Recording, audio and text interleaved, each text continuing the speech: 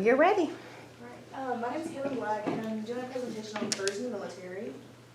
My research question is, how does courage in the military affect the soldier's ability to achieve the most efficient results? And I use The Moral and Intelligent Disobedience by Thomas Ted and the inaugural address by Franklin D. Roosevelt for my stimulus. An overview is courage in the military, weapons evolving, and protection for soldiers. Courage in the military is very important because it's important for the success of the military and their defense. And then weapons evolving, the military has been looking into AI weapons. Found on Army University Press, the military is working on the growth of technology within their weaponry, and this will allow for safer defense methods, and inputting AI would be better for the safety of the soldiers as well. And then protection for soldiers, with AI implemented into the weapons, the soldiers would be way more protected because it would be less one-on-one with other soldiers that put them at risk. And then some contributions is the military, which is the main source of information, the government, which controls the military, and weapons, which supports the military's tasks. The military is the main source, and this is the main subject of the presentation. The government is very important because the Department of Defense is a huge source for the controls of the military, and then weaponry is a big contribution found on Statistica.com. In 2022, $801 billion were spent on the military weaponry, and this is a lot, and it greatly impacts how successful the military can be. Some key factors includes protection, which includes laws, financial protection, and then the Civil Relief Act. Found on law.cornell.edu, military members have to follow the UCMJ, which stands for Uniform Code of Military Justice. This is a federal code that that governs the conduct and trial procedures for the U.S. military. Our Constitution also supports this. It is also found in the Civil Relief Act.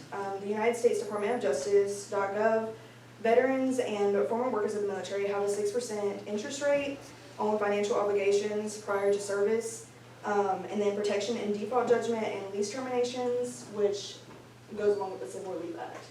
And then with weapons evolving with AI, the military has been looking into evolving with AI weapons which will last longer and be more destructive. Found on DNI.gov, in correlation to this, soldiers will be better protected, and it simplifies the tasks so they are less stressed and can perform better.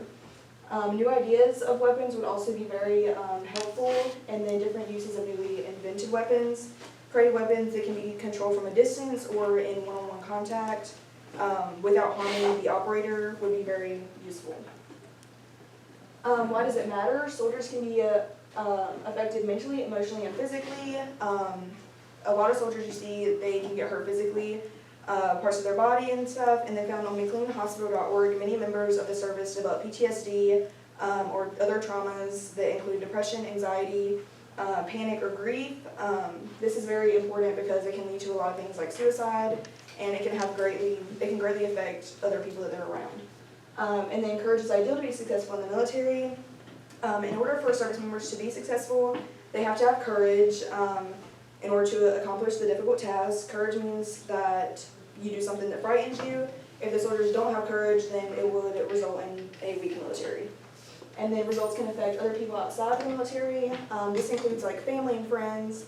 If they have mental disorders or something happens to them, like if they were to die in the military, it could really affect family members and friends. My first solution is the military could grow their educational AI-controlled weapons, and this would create more efficient work methods and more courage because soldiers will feel safer. I feel like this is a good way because with AI weapons being implemented into the military, it's less one-on-one contact with other soldiers, and it's more efficient work methods to keep the soldiers safer.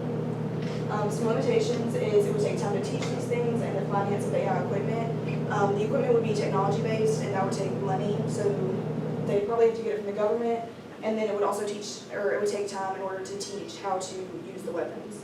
And then some implications is less soldiers would be harmed and more intelligent protection.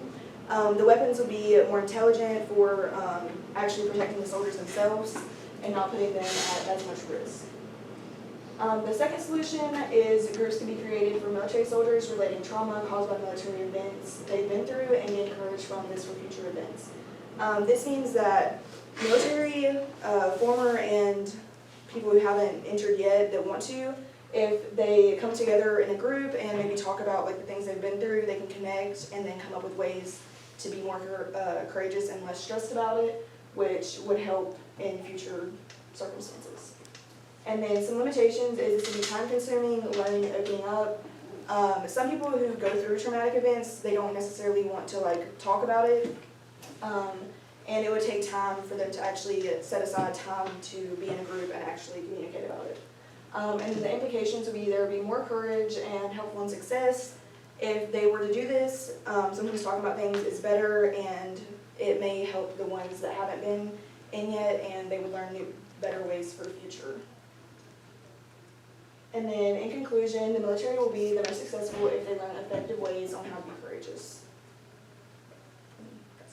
Okay.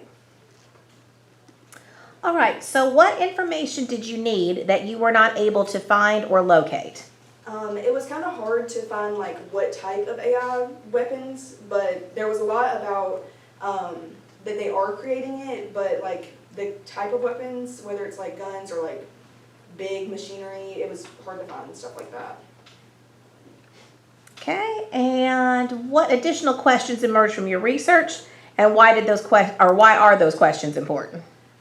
Some additional questions emerged from the research, like for me, from learning about like the trauma and all that stuff. I think that stuff is very interesting because it's important to try to stop that. And it emerged questions on like rates and how many people are affected by it and what extent that goes to with like suicide and different disorders. Okay, thank you. You're welcome.